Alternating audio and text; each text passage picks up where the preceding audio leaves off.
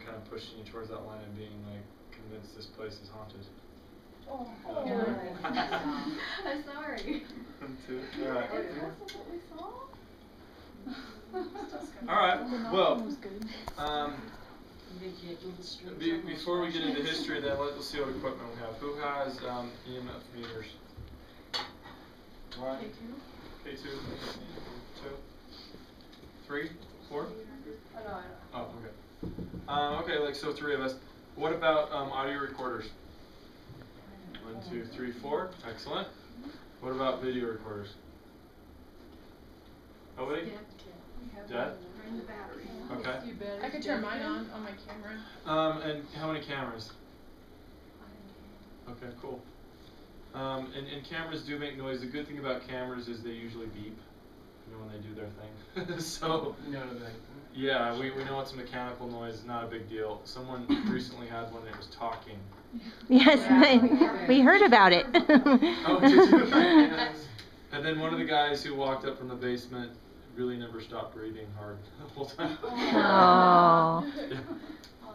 So, anyways, for those of you who are new to this, let me tell you just briefly, when I do EMF recordings, what I like to tell people, if they don't know already, is the tendency when you're doing creepy things is to whisper, right? You're like, oh, I just heard something. It just touched me. And you lean over and you tell your friend. Well, that makes a problem when we go back to review these. Because for whatever reason, a lot of EVPs that I get tend to be whispers. And it'll be whispers like right up against the microphone sometimes. And it sounds really weird, but the best way that I know to eliminate that is, number one, is to have a video camera on the person who's talking. So if you know there's a voice, it wasn't him or her. And number two, we don't have any video cameras, but try to talk in an audible tone like I'm doing. You can talk a little more quieter, but let's try not to be like, I just heard right over there in the corner, or it's me. You know, like, and if you do happen to shift and to move, that's totally fine. Make yourself comfortable. But if these floors, as you know, are very, very creaky, and if I move around and I hear that, I just call it out. That was me, shifting, moving.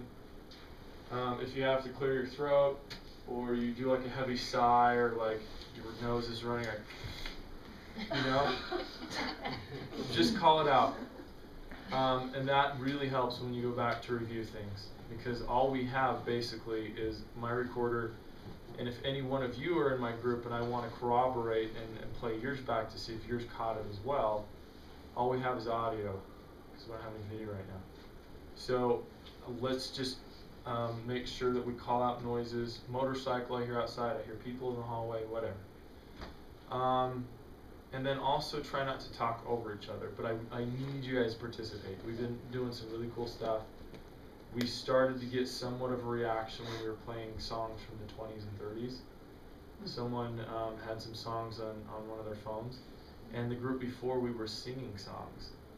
So if you have any of the old time songs grandma or grandpa or your parents used to sing to you, you know, think of them, because we might try that if we're not getting a reaction. What's that? Whatever works, right? That's not a 20s song. So let's, I'll turn this off. I'll turn the fan off when we start audio, but let